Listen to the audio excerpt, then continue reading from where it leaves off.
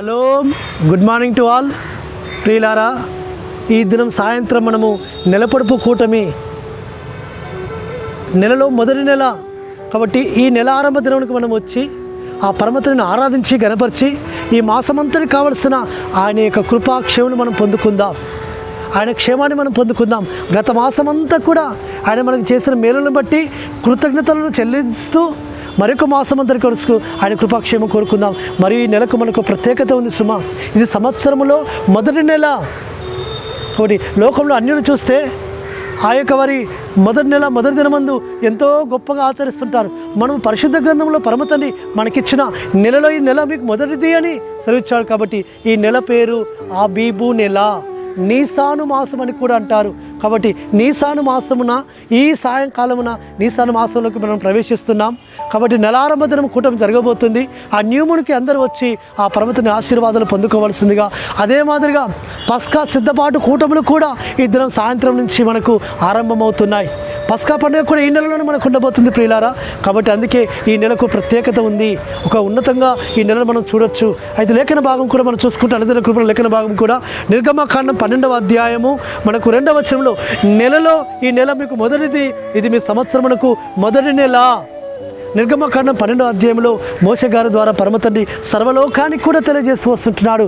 నెలలో ఈ నెల మీకు మొదటిది, నీసాను మాసము మొదటి నెల. ఈ మొదటి నెల ఆయన సన్నిధిలో మనము చేరి ఈ మొదటి దినమందు ఆయన ఆరాధించాలి, ఆయన గణపరచాలి. ఎందుకంటే కీర్తనలో సెలవిస్తున్నాడు, నెలపొడుపు నాడు కొమ్ముమోదుడి, పండుగ ఆచరించు దినమగు పున్నము నాడు కొమ్ముమోదుడి అని కీర్తన 81వ అధ్యాయం 3వ వచనంలో సెలవిస్తున్నాడు భక్తుడు. కాబట్టి ఆ విధంగా నెల ఆరంభ దినం నెలపొడుపు దినము నాడు మనం ఆయన సన్నిధికి వచ్చి ఆ బూర శబ్దం విని, వాక్యమని బూర శబ్దమును విని మనం సరి చేసుకొని వాక్యం చేత పరిశుద్ధపరచుకొని ఆయన యొక్క పస్కా పండుగ కొరకు మనం సిద్ధపడాలి. కాబట్టి పస్కా సిద్ధపాటు ఇప్పటి నుంచే మనకు ఆరంభమవుతుంది సుమా. ఈ దినము నుంచి, ఈ నెల ఆరంభ దినము నుంచి మనము 14 దినాలు ఆయన సన్నిధిలో మనము సిద్ధపడవలసిన అవసరం ఉంది.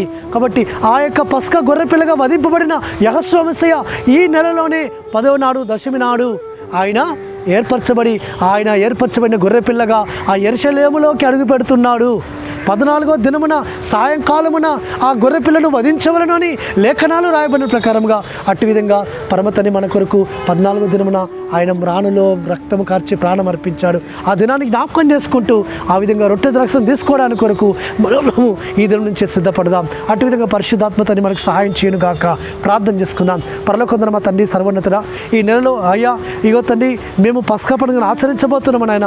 పస్కా సిద్ధపాటుగా ఇగో తండ్రి నెల ఆరంభ దినమునకు వచ్చి నెలపొడుపు దినమున నీ వాక్యం విని నీ సన్నిధిలో ఆరాధించి గణపరిచి మేము మీ చేత పరిశుద్ధపరచబడి ఆశీర్వాదమునకు సహాయం చేయమని ప్రార్థిస్తూ మారశకుడు విమోచకుడు నజరేయుడైన యెహోషువ అతి పరిశుద్ధమైన నామమున స్తుతించి ప్రార్థించి వేడుకుంటున్నాము తండ్రి. ఆమేన్. సర్వోన్నతుడు సర్వాధికారిని యెహోషువ మెస్సీయ కృపా కనికరము నిరంతరం తోడుగా ఉండి ఆయన మనం బలపరిచి నడిపించును గాక. ఆమేన్.